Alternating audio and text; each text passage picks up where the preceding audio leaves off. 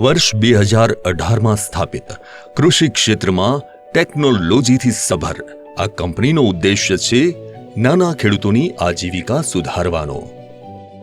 સંશોધન, વિકાસ અને નવીન પાક ઉકેલો તેમજ બીજ ઉત્પાદન અને હાઇબ્રિડ શાકભાજીના બીજને દરેક ખેડૂત સુધી પહોંચાડતી કંપની એટલે ટ્રુજેનિક સીડ્સ.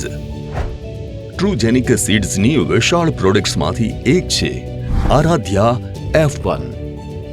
મરચાના પાક માટેના આ બીજથી છોડ બને છે મજબૂત અને ટટ્ટાર.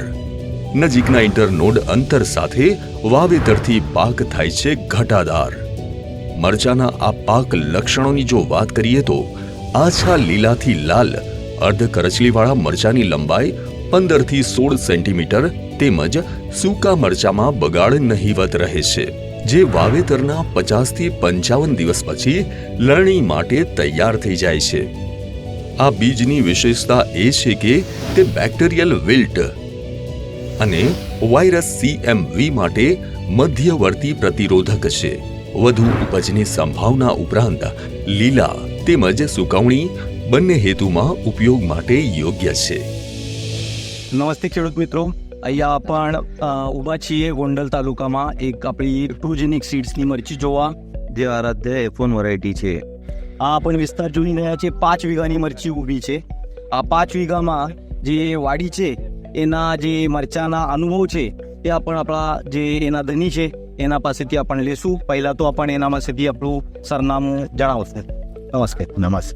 તમારું થોડુંક સરનામું બતાવો. અશોકભાઈ બાવનજીભાઈ સોજીત્રા, નાના ઉંબાડા ગામ મારું, ગોંડલ તાલુકો, જિલ્લો રાજકોટ. મોબાઈલ નંબર તમારે 9896 તો તમે આ જે મરચી જોઈ રહ્યા છે આપણ આ મરચીની આજે લગભગ નવેમ્બર મહિના થયા, નવેમ્બરની 5 તારીખ થઈ. આજે આ મરચી જોતા તમને શું લાગે છે બીજા વેરાયટી કરતા એનામાં ખાસિયત શું લાગે છે? બીજી વેરાયટી કરતા આમાં ફ્લાવરિંગ સારું આવે, મરચું સારું થાય છે, રોગચાળો ઓછો આવે, સફેદ ઓછું થાય છે, બગાડ નથી તો આપીને બરાબર ના. અને જેવી લાગ છે એ આપણા મહેનત ઉપર અને માવજત ઉપર આધારિત રહે છે. પણ વેરાયટીની જે તાકાત લાગે છે તમને કેવી રીતે લાગે છે કે નવું પાળ લેવાની તાકાત જે છે એનામાં લાગે છે વેરાયટીનો? બહુ સારી હો સાહેબ, બહુ વાત. હા, ઓકે. ફોરવર્ડિંગ માલને નથી નીકળતું એ તમારું કહેવું વધારે બરાબર. બગાડ નથી આવતો. બરાબર. તો તમે આ વિસ્તારમાં 1 વીઘા દીઠ તમને શું લાગે છે કે અંદાજિત કેટલું ઉત્પાદન મળશે? 50-60 મણ થાય ખરું. 50-60 મણ.